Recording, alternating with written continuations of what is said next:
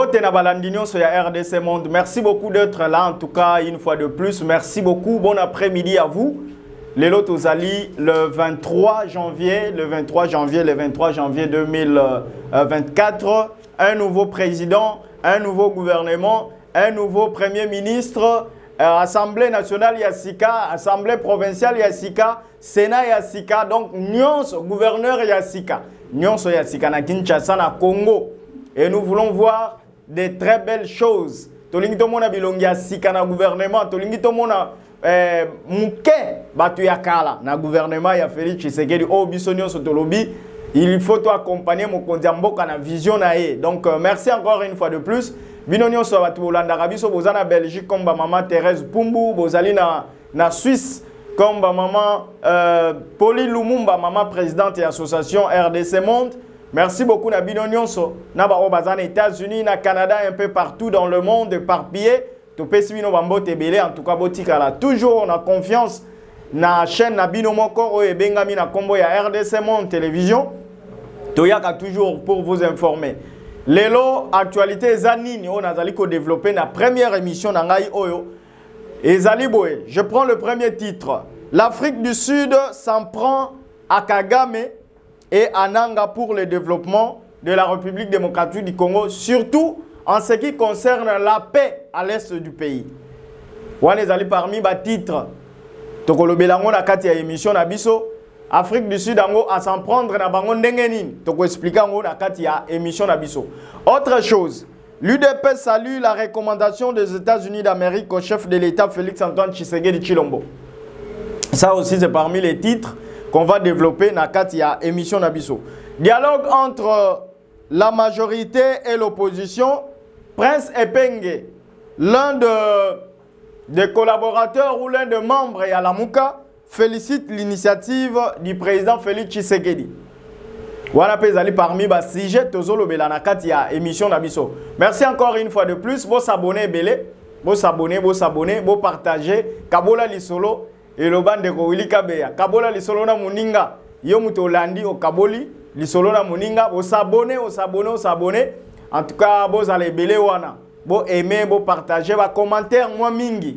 Ata ya ma finga mais ezala quand même moi mingi. Hein, ezala quand même moi mingi ma finga wana. Tolinga ngo peka bongo. Donc merci beaucoup. Tous ensemble. Je voulais commencer cette émission d'abord avec cette salutation qui va droit à l'endroit où sincère félicitations de la part ya équipe ya RDC Monde Télévision. Na maman présidente, maman Poli Lumumba, oh, bazali ko féliciter mon konzamboka Félix Antoine Tshisekedi Tshilombo pour la réélection na ye, pour la 5 comme kozalape 5e président pour la 5e république oh azali mo konzina biso to kolinga ye tina suka. Ba initiative na ye est demeuré tina suka. To linga kaye parce que il nous amène la lumière azola ki sabiso moi mwinda auto monagité, ça faisait 18 ans passés. Ça faisait 32 ans passés, tout le monde a makambo, mais tout tikali quand même na idée ya comment la lumière muke na mboka Congo grâce à son excellence monsieur le président de la République Félix Antoine Tshisekedi Tshilombo oazali mwana mboka. Donc équipe nyonso ya RDC Monde ko bandana maman présidente ba féliciter pe balobi tozali simana yo to ko accompagner yo na vision na yo ozali ko concrétiser pour Namboka Congo. Voilà, donc merci beaucoup. Afrique du Sud, balobi, bazoko plaider pour la paix Namboka Nabiso. Bazoko plaider pour la paix intégrale y a République démocratique du Congo. Surtout en ce qui concerne l'Est de Namboka Nabiso. La partie Est de notre pays. Bango balobi, RDC pour le développement intégral Nango. Pour que Mboka Nabiso ait kende liboso, c'est-à-dire quand le président Félix parle de la prospérité, pour que notre pays puisse prospérer et kende liboso, ezoko senga kimia. Wane zali maloba ya envoyé spécial, ya président Cyril Ramaphosa, oayaki na Mboka Nabiso kokutanana ndeko Jean-Pierre Bemba, Ouazali, ministre de la Défense Wazali chargé pe ya ancien combattant ya mboka na biso. Américain pe koyebisa que président ya Afrique du Sud Cyril Ramaphosa a lobby boy. Le Congo doit prendre son développement total, surtout intégral, mais à une seule condition, paix et zonga na mboka na biso. Yango nde sika ba telemeli ba lobby que Kagame o azali associé ya ba M23 na partenaire ya nanga. Donc Afrique du Sud à son tour yé pas zuma kambuna maboko a lobby. Excusez-moi a lobby que a koti kate jusqu'à ce que guerre ya est ya mboka na biso ekosila. Wane ezalaki maloba oyo Rades Jeff Rades Radef je pense Azali envoyé spécial ya président Ramaphosa ayaki nango oyo apesi et pas yandeko Jean-Pierre Bemba pona comment ça s'appelle pona paix intégrale ya mboka na biso Congo. Donc l'Afrique du Sud aussi, par le biais de son président Ramaphosa, au Atinda qui envoyé spécial na yo na utotanga kombo na kombo ya Jeff Radez, y a lobby que mboka na biso eza na posa ya paix totale. Surtout na partie est. Yango eko évoqué ba lobby que raison wana yango sali que non bango na compte ya Afrique du Sud. Comme RDC azali parmi ba pays membres ya SADC, nde bango pe bazwaki initiative ya kotinda ba militaire na bango na compte ya SADC o baza déjà sur terrain basala musala na bango pour que guerre ya est kuna pour esila donc tokabwana na Kagame to sila na mbala moko na bananga wana na ba M23. Donc voilà, mesdames et messieurs, ça c'est l'Afrique du Sud. En dehors de l'Afrique du Sud, je voulais vous ajouter que les États-Unis d'Amérique aussi, Yépe a téléméli la même chose. États-Unis d'Amérique à lobby, la RDC doit retrouver sa paix intégrale aussi. Donc vous voyez qu'à ce stade ici, Nanga, Bandeko ya M23, Nakagame bazan un problème sérieux. Et imaginez-vous que Afrique du Sud a Tchamaye naye, États-Unis a Tchamaye naye, quel sera le sort ya Kagame? Sort ya Kagame bozo mona ngwe kozalani. Soki biso moko déjà à ce stade kutu muke. To meka ki kutu ko pointer moi eloko moko membi bembe tonda ki kuna na et pas Kagame. Kaka ba jour oyo. Bibembe tonda ki kuna na nini na Kigali. Il y a eu des morts et des morts. Tomatisa ka drone na biso wana. Na moi eloko moko boye. To beti bango ka moi eloko muke. Débordement et salami. Et il y a eu beaucoup de morts. Il y a eu beaucoup de morts. Na côté il y a Rwanda kuna. Mais si maintenant na stade Tozo Kende. Il est arrivé que Kagame azoko s'entêter qu'on soutenir ba M23 qu'on ça la partenariat ou qu'on continue qu'on ça la partenariat nananga boyeba sort ya Kagame gozalanine ceux qui doivent réunir ma force on ndenge na tangi awa Afrique du Sud atinda ki déjà ba militaire na yé na compte ya SADC bazakuna na est États-Unis d'Amérique yépe achabiso poids parce que bokita bomata le président Félix Tshisekedi azali muto oyo batu nyonso bazo kolinga ye mokili mobimba balingi ye parce que bamoni que non ils n'ont jamais retrouvé un Congolais patriote comme Félix Antoine Tshisekedi Tshilombo mais batika baye ko découvrir que non ce monsieur alingi mboka na ye ce monsieur azali ko porter mboka na ye na mutema. Donc voilà mesdames et messieurs, ça c'est un problème oyo et Yindeli actuellement où je vous parle Kagame azali coincé. Et puis actuellement, je vous parle aussi, le monsieur Oyo, Willingoma, où Azali porte-parole à M23, Azali recherché, Bisoba Congolais, les militaires congolais FARDC, Bazo Lukisaye. Bazo Lukisaye, Mukolo Boyoga Geto Kangiye. sort na ezali. Tozo lukisa en même temps le mécénat ici. Novice ya yeko sala mouvement na ya rébellion, tozo lukisa epe. Voilà les informations, il faut boyeba.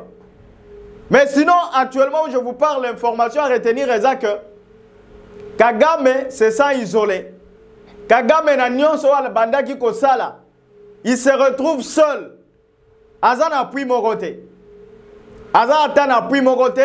Dans la minute où tolo ba awa Kagame azali coincé. Azo comprendre qu'est-ce qu'il va faire. Raison pour laquelle nous les Congolais nous sommes vraiment derrière le président Félix. Nous allons mobiliser derrière pour nous soutenir l'initiative de Mokonzi Mboka. Voilà, mesdames et messieurs, et toujours dans cette même optique, nous avons évoqué, et nous avons évoqué lobby en passant, nous avons dit que l'opposition est comme il faut s'attendre ou est comme il faut benda na pembeni ya Mokonzi Mboka pour que va travailler ensemble. Boyoka ki Mokonzi Mboka asenga ki na opposition. Asenga ki na opposition. Baya ba accompagner pe ba travailler ensemble. Nalobaki que makamboyo ezaka Félix Antoine Tshisekedi Tshilombo mutako salango. Batu mususu ba ko salango te. Mais pour l'intérêt ya Mboka, le président a dit qu'il va respecter l'opposition. Na nyonso oba kopesa comme proposition pour que Mboka na biso kende liboso. Une très belle idée. Initiative ya malam. Et puis initiative wana endima mis à l'endroit des opposants. Ba opposants bandimi yango. Par preuve, ndeko Prince Penge Oboyebi, un homme radical. Alanda Lumumba. Mouto Alanda Lumumba. Nyonso ya lo bakaka, il est trop radical. Ndeko Prince Penge. Mais vous l'avez suivi dans une chaîne de la place ici. Ameke Peko Lobake, initiative, il y a Mokonzi Mboka Félix Antoine Tshisekedi Tshilombo de travailler avec l'opposition. Et zali initiative, il y a Malamu, il y a Sepeli Nango. Pena compte, il y a Lamuka, il est le porte-parole, il y a Lamuka. Lamuka est allé chapeauté par Martin Fayoul. Donc quand Prince Penge dit ça, la personne qui dit ça aussi en quelque sorte, est allé Martin Fayoul. Parce que Prince Penge ne pouvait pas faire une sortie médiatique sans pour autant que son président ou leur autorité morale, il y a Lamuka, Azala au courant. Donc du fait que Azuitawana ya Koloba Onyon Salobi, c'est pour dire que lui-même, l'autorité morale, il y a Lamuka, Azala au courant. Ça, c'est une information à vous donner aussi. Donc, bon retenir qu'actuellement où je vous parle, l'opposition congolaise va répondre positivement à l'appel de Mokonzi Mboka. L'opposition congolaise va répondre positivement à l'appel de Mokonzi Mboka va travailler ensemble. Voilà un peu ça, c'est une actualité aussi à vous donner. Donc, dialogue est prévu entre les acteurs politiques congolais et puis ngambu mususu wana bandimi balobi ok toza d'accord tokutana na Félix Antoine Tshisekedi Tshilombo ou na majorité biso bato opposition pour que to tourner autour d'une table et to trouver solution pour que notre pays puisse aller de l'avant. Ça aussi c'est de l'actualité. Ça fait vraiment une actualité. Oyo to sengela ki ko pesa bino. Voilà, mesdames et messieurs. Nyonso ezali komema biso na kozonga sima. Na kosenga na ndeko Fayulu, na kosenga na ndeko Moïse Katumbi, na kosenga na ndeko Mukwege, na kosenga na batu nyonso babengami ba opposants. Ba mettre une goutte d'eau dans le verre ou dans le vin. Ba mettre une goutte d'eau dans le vin. Ba peser ba esprit, ba se concerter entre eux. Pour que Baluka, Bakutana na Mokonzi Mboka Félix Antoine Tshisekedi, pour que ba vendre autour d'une table pour que Luka solution Mboka na biso. Et là, ils ont sangisa biso opposition, oh non, majorité. biso nyonso eloko ezosangisa biso ezali nation moko oyo toza nango oyo ebengami RDC. Soki RDC lelo ekabwani, soki RDC lelo ezali lisusu te, donc opposition na majorité ekotikala kozala te. Raison pour laquelle mutu azosangisa biso pe mutu tozobundela biso nyonso ezali Congo, la RDC. Nous sommes obligés ya ko trouver une solution na ba problème nyonso oyo tozoko kutana nango na mboka na biso pour que mboka na biso ekende liboso. Ça c'est vraiment très capital.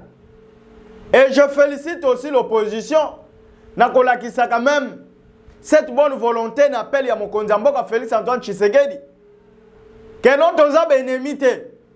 Mais biso nyonso tozali ba congolais. Toza na droit to kutana to solola pour que to mema mboka na biso liboso. Ça aussi c'est à féliciter du côté de l'opposition. Mais initiative oyo ngai nazo ko féliciter mingi mokonzi mboka Félix Antoine Tshisekedi. Parce que ezali initiative oyo ya bandisi oyo kutu tozwa ba président na mboka oyo batikala kozwa idée oyo te. Batikala kozwa initiative oyo te. Mais au moins lui a pris cette initiative ya koloba ke non, écoutez, nous devons dialoguer entre nous acteurs politiques. Batumusu va décrier. Oh non, il y a eu chaos électoral. Net batu opposition bazolo babongo. Alors balobi que il aurait fallu bakutana pour que va trouver solution par rapport il y a chaos électoral oyo du côté de l'opposition bazali ko décrier batangu nyonso pour que na élection ko ya makambo ezonga lisusu te. Ils doivent trouver un terrain d'entente pour que mboka na biso y avance. En dehors de ça, il y a des recommandations même aussi faites par les États-Unis d'Amérique à l'endroit du président Félix Tshisekedi. Oyo même que non, du côté de la majorité ou du côté du président Félix Tshisekedi par le biais du secrétaire général, Augustin Kabouya a approuvé et a félicité les États-Unis d'Amérique a dit qu'il aurait fallu à la prochaine élection, le président Félix a trouvé solution par rapport à la mission d'observation au Esengela qui est Kosala Moussala Namboka pour que ba irrégularité on trouvé na ba kao ba twazoko décrier et ba ko kozala lisusu te. Nyonso o batwazolo ba ono ya yi ceci, ya yi cela, et lo komo ko sala makiboy. Nyonso wana ezala lisusu te. Et c'est dans ce sens-là que Augustin Kabouya mekaki un peu ko féliciter aussi les États-Unis d'Amérique par rapport à la recommandation aux news. Donc voilà, mesdames et messieurs, on est allé parmi l'actualité où ils allaient comprimer dans Mboka Nabiso. Nalandi peut-être pour terminer, Nalina Lobelapé, Likambu parce que les Congolais n'ont pas se faire une idée, vous savez que notre équipe nationale, la RDC, Tozali Nakan, Tozo participé, Tozo Beta, Bozo Kolanda par rapport à ce qui s'est passé dans la rencontre Nabiso na Maroc. Alors vous avez vu que les Marocains ont perdu, perturbé moralement. Et là, coach a créé un incident na capitaine Nabiso ya équipe comment il s'appelle, Chancel Mbemba.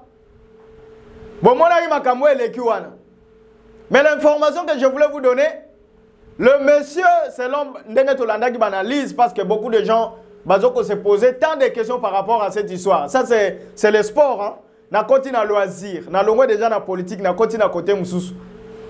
Alors, donc, c'est-à-dire, dans ce sens ici, le monsieur, je ne sais pas qu'est-ce qu'il a voulu dire, parce que ce qu'il a dit, Nambemba atala ena misu, ba se saluer. Tant où Mbemba a Fukami, Chancel Azoko Sambela na suka match, les coachs là n'a évité, ce qui prière ya Mbemba, et attaquer qui est ce qui n'est. Parce que vous avez Congolais, vous avez Nzamba Sol. Jean-Pierre Jean-Pierre Bemba, trop de Jean-Pierre Bemba na mutu. Chancel Mbemba na suka na l'année même une vidéo il dit Nzamba zaka ka Nzambe. Likambu nyonso soko se confier na Nzambe, on retrouver kaka solution. Biso toza bato toyebi Yesu Masiya. Ça c'est Chancel Mbemba qui dit. Alobi na nyonso bomona ki wana, tangu na fukami na yebisi Nzambe. Na remercier ye, na se confia ki na ye. Nde bomona ki réaction ya mutu wana. Moto nde pelisi tata wana. O mona ki akomi bouleversé, linga koma liboma. Akanga Mbemba atala ye na miso, atala ye ponani. Mbemba pe koma zaki na molimo monsantu. Alobi non na hotalo ponani. Alors alinga kange na makasi. Nyonso wana l'information que je voulais vous donner. Et ça que selon une information aujourd'hui, selon source que la CAF a ouvert déjà banquette par rapport à la réaction et l'autre et les cas qui wana. Ndenge balinga ko agresser Chancel Mbemba. Alors CAF a ouvert banquette par rapport à l'incident wana de deux côtés. Donc du côté congolais, na côté pe ya ba marocain wana. Parce que le monsieur là, le capitaine wana, le coach ya Maroc, selon propos à Tenaki, il a injurié Chancel Mbemba. À côté ça, il a propos séparatiste ou raciste na kat. Koyeb Chancel Mbemba que non, aza nègre. Or cette histoire c'est une infraction mon football voyez que batele melango makasi. Alors il cherche maintenant dans l'interview na landa qui cherche même à s'échapper pour dire que non écoutez na koka ki kosala koloba mabete pona Mbemba na pesa gaye respect et peut-être tension et zalaki wana yango comme ça ki biso na niveau wana de part et d'autre. Alinga s'échapper na mo. Mais au moins enquête moko eza ouverte pona kolandela agression oyo Mbemba zui wana. Donc voilà mesdames et messieurs actualité na linga gina pesa bino. Congolais lobby tozo beta. Tokobeta lobby donc bozala wana mobiliser lobby déjà tozo la qualification. Pour ebani tozo la qualification détermination eza makasi. Tous les moyens ezali mis en jeu pour que match ya lobby to gagner yango. Ça je vous informe. Ba moyens nyonso eza mis en jeu. Mise en place donc tokobeta toko gagner RDC et loko makasi ba voisin va surveiller quand fleuve, va continuer à surveiller fleuve, mais biso, tozo continuer à bêta. Tozo continuer à bêta, peut-être que musika. Donc voilà, mesdames et messieurs, lobby, toko sala déjà, toko sala en direct, na bandeko, va sala na nini na Côte d'Ivoire kuna, malgré Côte d'Ivoire a commis na simana biso, a commis ko soutenir biso, a lobby ya azane pour biso. Azane pour biso, alors, makamunion so les kakiwana, en tout cas, toti kango, mais bango en tout cas bandimi équipe bamoni ba ko supporter malgré balongwe eza RDC. Donc merci beaucoup en tout cas na bino nyonso batu bozuli bakwa ko landa biso bozala wana ebele bo landa biso bo tikala vraiment branché na chaîne na bino RDC Monde bo s'abonner bo liker pe bo partager lien bo s'abonner to comme ebele donc kabola liloba to kabola sango kabola lisolo eloba wili kabea. Merci beaucoup na bino nyonso batu bozuli bakwa ko landa biso. Merci na Nandeko Francis Wala, merci na maman présidente, merci na bana membre nyonso. Nandeko Glody pe yawa assista gibiso. Voilà, merci beaucoup na bino nyonso obozili bakwa kolanda biso. Tomonani na émission zali koya.